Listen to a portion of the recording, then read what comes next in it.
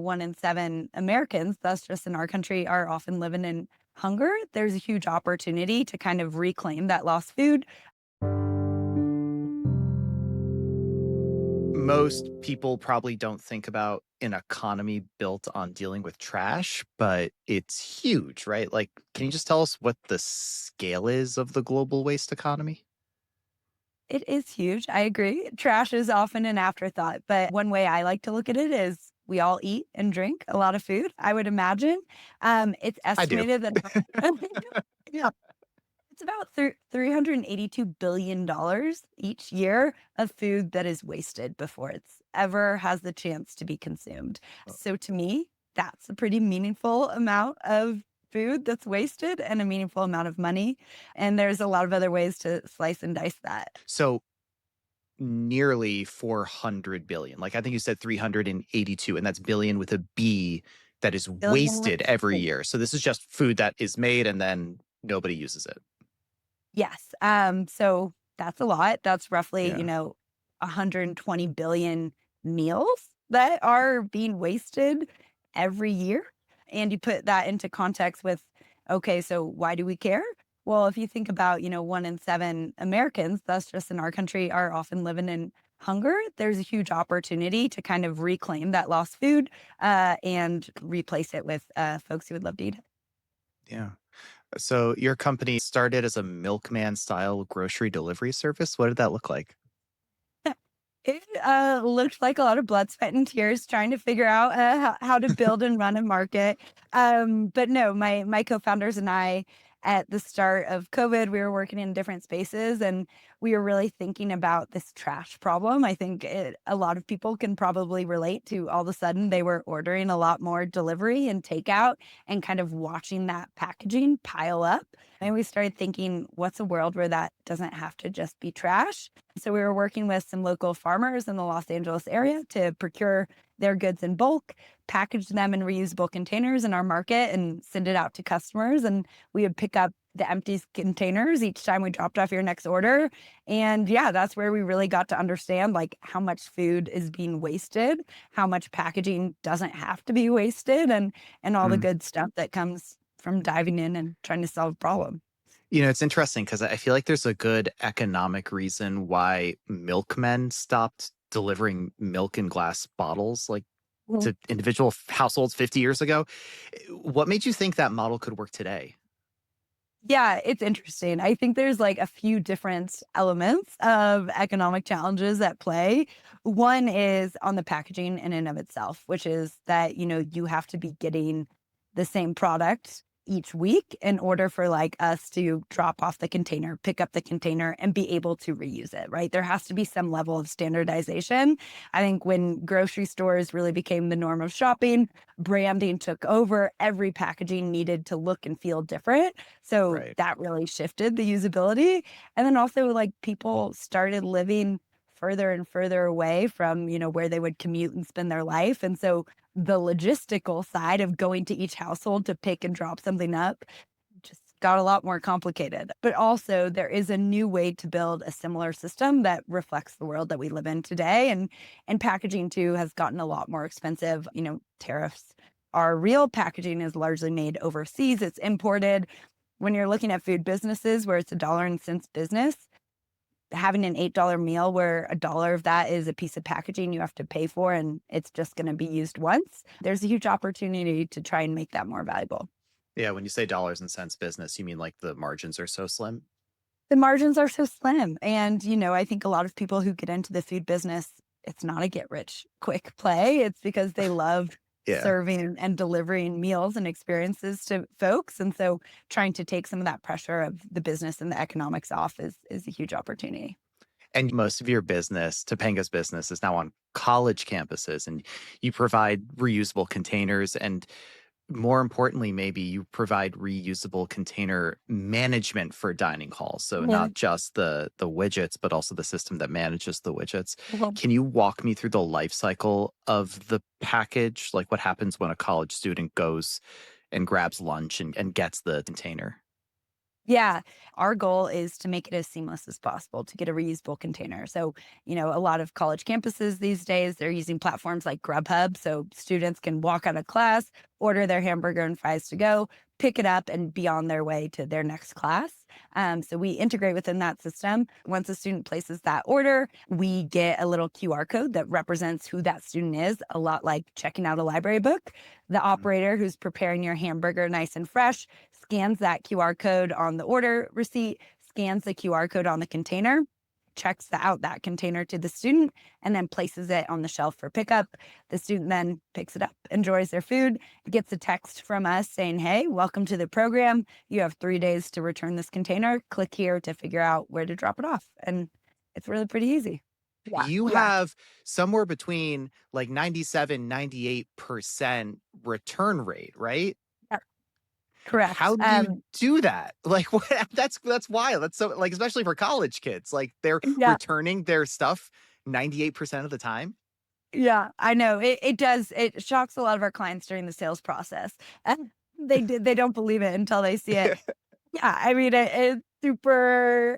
it's super kind of simple behavioral economics, and a lot of the frame is there's a carrot and there's a stick, and the carrot is that, you won't be charged if you participate. We are tracking you, so there's visibility into what's expected of you. We can remind you when and where to return this piece of packaging. And then some of our clients like to also use the stick, which is if you don't return this container, there will be a late charge, a lot like a library book. By and large, we see those that choose to charge versus that don't have meaningfully different return rates. It's really based off of what's going to be right for your community and your audience. Oh, so even on campuses where they don't have the late fee, they still are able to achieve that 97, 98% return rate? Yeah, they are, which is incredible. We do see a lot of campuses have campus ambassador programs or have, sustainability clubs or dining clubs on campus that want to start to like be a voice and be spokespeople for the program, which is amazing. Yeah. What do students say about using other students' containers? Yeah. Like, ooh, that's gross. Is that They what do you're say that. Yeah, yeah. Is it like a new that's gross? Is there like a Yeah, ramp up? I think that's a common assumption, but the reality is that we're all going to a restaurant and eating off of plates that have Exactly. been Yeah. used by others before. Same with the dining hall. The containers are going through the exact same cleaning and sanitization process, so it really is no different. I think it's once you kind of try it out, you recognize that. But yeah, I think it's a common conception because we think of to-go packaging as such a like one and done. We don't think of washing it and cleaning it Yeah. and reusing it. Yeah. When I was in college, the dining hall was the center of Yeah. gathering, and you would go and there might be like different stalls, but you kind of Mhm. just got a tray, and often it was like restaurant dishes like you're mentioning when you sat down with your friends. Mhm. Um it's been a bit since I've been in college. What's the vibe like now? I mean, is takeout just the the norm where you're just taking it and leaving the actual dining hall? It's been a while since I've been in college too, but, I do get to go and see a fair bit of our clients, so I spend a lot of time on college campuses. It has shifted. It shifted a lot, since I graduated, where you used to really just think of this, like, residential dining hall with these shared Yeah. tables and buffet line. That's very much still alive and well. I think there is a lot more to go in that environment, so you don't necessarily sit and dine and chat. You kinda go, grab your food, and leave. But I think the biggest change over the past 10 years has been the rise in, what we kind of term retail dining, where, there's the Chick-fil-A on campus, or there's this Grubhub mobile ordering where you're intentionally ordering something to grab it as quick as you can and get on your way. So that has had a huge surge over the past 10 years broadly, especially over the past 5, 6 years since COVID. And I think that is similar to what we were seeing at home when we were starting the milkman's market. I think schools started realizing, hey, look, all this packaging is filling our trash containers now. We have to pay more for dumpster and tipping fees. We're paying more for packaging fees, more from all three of those angles. We got to figure out a way to do different. Yeah. And of course, Topanga works beyond college campuses as well. And I'm wondering for you, what's the potential for similar reuse with partners like Grubhub? Yeah, it's interesting. We have done a handful of like pilots and tested in more of an open market landscape with some QSRs and coffee shops. What we've seen is Okay, that, pause there just for a sec. yeah, Open market, you mean like a college campus is closed, like it's its own. It's kind of yeah, like you're at an airport, right? yeah, exactly. Like Okay, if you're at an okay. airport, you're eating at the airport You're at the and you're airport, right? Yeah, yeah, like you're yeah, there until your flight takes off. Similar with the college campus, like even if it's in an urban environment, you're kind of living in the same 5 miles for the okay. majority of your time. Open market to me is more, I live in Los Angeles, I live in Culver City. I don't go to West Hollywood very much, but maybe once a month I'm over there. That's where it's kind Mhm. of a little more open. Um, and so that's where it's interesting from a, again, consumer behavior perspective of in that open market space, we saw that people who opted in, who were like, yes, I want to try reusables, had just as high return rates, 98, 99%, Mm. but getting a critical mass to opt in was a lot harder. And also that logistics piece suddenly like that person is now responsible for driving 10 miles over to West Hollywood to return the thing versus in a college campus, you walk down the hallway and you drop it off and like your job is done. So there's definitely different trade-offs.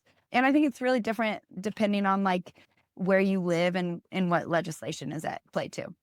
So when you think about like a vision or just like the potential, when you look at partners that are functioning in these open markets, what do you see? Do you see it as still definitely a possibility and it's more just about building out infrastructure, making behavioral changes? Mhm. Yeah, I think it's definitely a possibility. And I think it is just understanding what success looks like. I don't think it's necessarily a like quick win. I Yeah. think it's a intentional, like, let's build a system that is going to work for years to come. So what you invest in it, you'll get out of it. I think there's a lot of great examples. Germany has passed some national legislation a few years ago where every food service operation that offers to go had to present a reusable and a single use opportunity for take it away. I'm happy you brought that up because that scaling element is definitely a thing that I think about because single-use plastic, I mean, we know it's convenient, it's cheap, you can throw it away, and I think importantly, like you mentioned, most of our infrastructure is built around it, and you're asking people to completely change their behavior. So I guess in the Germany case, there is this example of, hey, it's gonna come from law, you have to adapt or at least give an option for it. So Mhm. what's your counter argument to people who say, "Hey, listen, this is how it is, and reusable stuff is just too hard to scale?" Yeah, I mean, I think my honest counter argument is that if you think it's too hard to scale, then you're probably not suited to scale it. To be honest, I think it's like similar if you think about any major opportunities to try to do something different, it takes time and it is hard work. It's hard work to say, here is the new way of doing business. I think, it's very similar parallels. If you think about electric vehicles, like all the infrastructure, suddenly Yeah. then, okay, we need chargers. And then we also need a system to make sure the chargers are working so that somebody who arrives 100 miles at a charger that's their last chance for a refill doesn't get to one that's broken down. And it's kind of a full systems effect and you have to think of it as systems change. What do you think about the capitalism side of it? Can the circular economy be profitable? Yeah, I think it definitely can be. Again, I think it is at its core, it's thinking through different economic models, right? And so when we're working with our clients, we're saying, hey, look, today you're buying 100,000 pieces of compostable packaging a year for 25 cents. You could buy 500 reusable packaging for 75 cents. Like, let's do the math. If those last for 1,000 times and you do X number of orders a day, think of how quickly like you've surpassed breaking even. And that's a huge opportunity. I think ultimately why a lot of our clients love the sustainability benefit of our two products, the cost savings like can't be denied. And same on the packaging side, that's the goal with food waste is, hey, look, you're wasting $500 a day on food that you don't have to waste. Let's Yeah. like help you track it, mitigate it, and you'll get that back. Yeah. And your Well, company, in addition to the reusable packaging, you've been developing an AI smart scale to reduce food waste, particularly in like large institutional kitchens, but of course, college campuses, which we've touched on, but also there are hospitals, there are hotels. How does that work? Yeah, majority of food that's being prepared in these large kitchens today, people are going in, looking at what they need to make for the day and doing it. Mhm. Sometimes there's an intervention at the end of the day where somebody needs to get out the pen and clipboard and write down, X amount of taco beef, Y amount of cheddar cheese. I threw these all out at the end of the day. That's pretty dated way of operating in today's world. So we've kind of introduced a AI computer vision smart scale that with a tap of a button, you put a tray of what you're about to throw away on. We capture images of it. We capture the weight. We're integrated with your menu. So we can say, hey, look, that's a taco beef. You wasted 20 pounds at lunch, 30 pounds at dinner. That's kind of what the capturing moment looks like. Oh, interesting. So it is multiple things at once. It is not just an inventory system to be able to connect what you're making to what you're wasting in the ingredients. It is actually also physical, like a camera system that automatically captures that information for you, right? Yes, it is also that kind of like data capture moment to replace having to ask The somebody pen to and write that down. Exactly, exactly. yeah. And sure, we could tell you that you wasted 20 pounds of taco beef, but what does that do unless we tell you, and you're going to serve it again next Monday, serve 20% less, right? So again, the systems thinking piece, it's hard to say you just want to solve one problem without then suddenly realizing there's 20 other things that are related. Yeah. When we talked about the reusable containers on the college campus, used the example of like student A who always orders the hamburger on this day, and that can help forecasting for ingredients. Is that also part of the AI system that you're describing, or is that something different?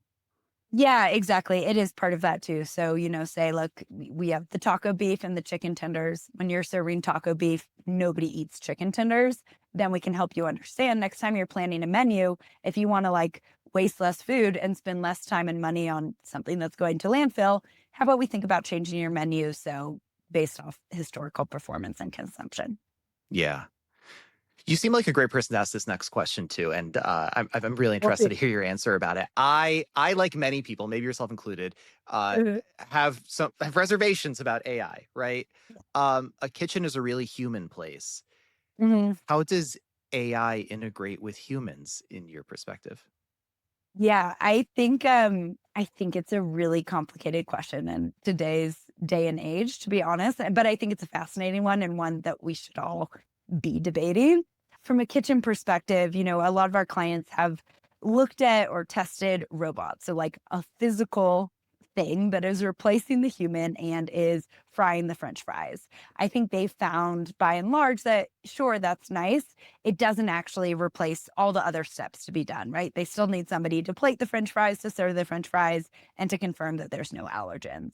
So, where we see the opportunity for AI is for taking off the work that humans don't want to do or aren't best suited to do. So, a lot of operationalizing a kitchen and reducing waste is just a data problem. It's understanding a lot of data, a lot of patterns, and what needs to change or shift.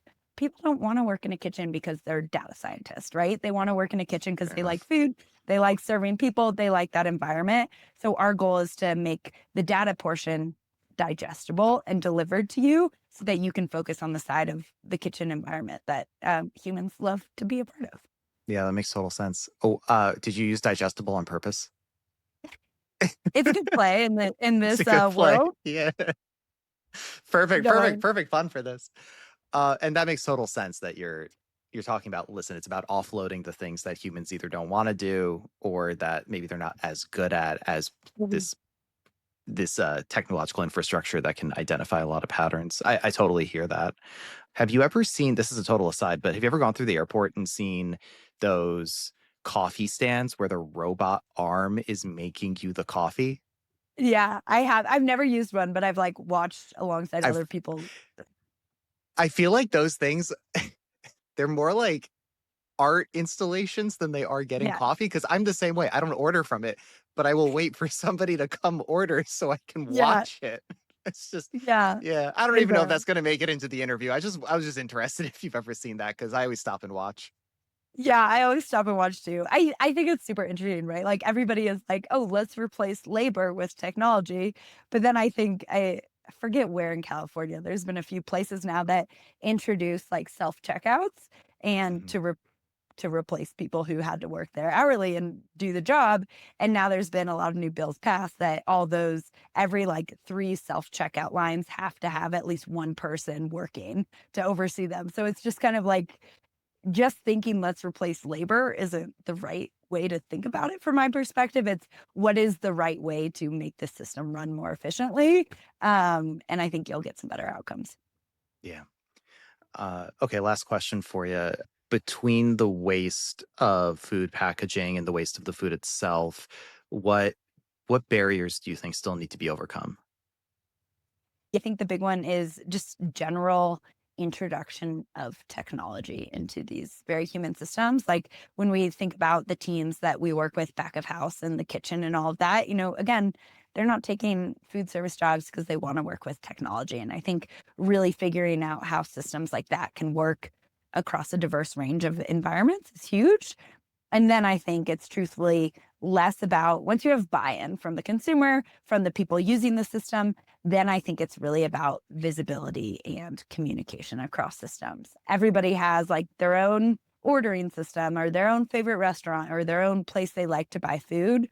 The more that we can remove silos and get all of that information flowing freely, the better you can create an optimized world where there's a lot less waste. There's a lot of great examples where I think that's been done in industrials and in clothing and fabric supply chains, a lot of pushes towards sharing of information and visibility. And I think there's a lot of opportunity in the food supply chain. Page Schult is CEO of Topanga. Paige, thanks for your work and thanks for talking to us about it.